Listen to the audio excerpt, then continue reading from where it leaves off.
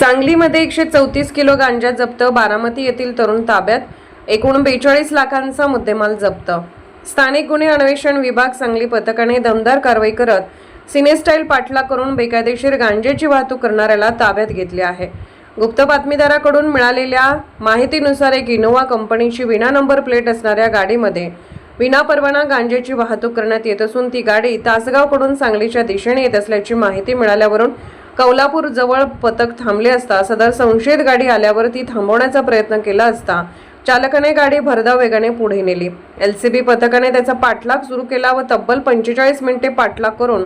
कुपवाड येथील जुना नाका येथे गाडी पकडून चालकाला विचारणा केली असता त्याने आपले नाव विकी विजय कांबळे, वय वर्ष 32, राहणार भीमराव पिंपळी रोड, जाळोची, तालुका बारामती, जिल्हा पुणे असे सांगितले। वाहनाची तपासणी केली असता गाडीच्या डिक्कीमध्ये 134 किलो तयार गांजा मिळून आला। याबाबत विचारणा केली असता सदरचा गांजा आणण्यासाठी त्याचा पुणे येथील मित्र चंदन सिंग याने पैसे दिले असून ओडिशा राज्यातील जॉकी, राहणार बरगड, जिल्हा संबलपूर याच्याकडून विकत आणला असून तो पप्पू काकडे, राहणार हरिपूर, सांगली याला देण्याकरिता विटा तासगाव मार्गे सांगलीत आल्याचे सांगितले असून 134 किलो गांजा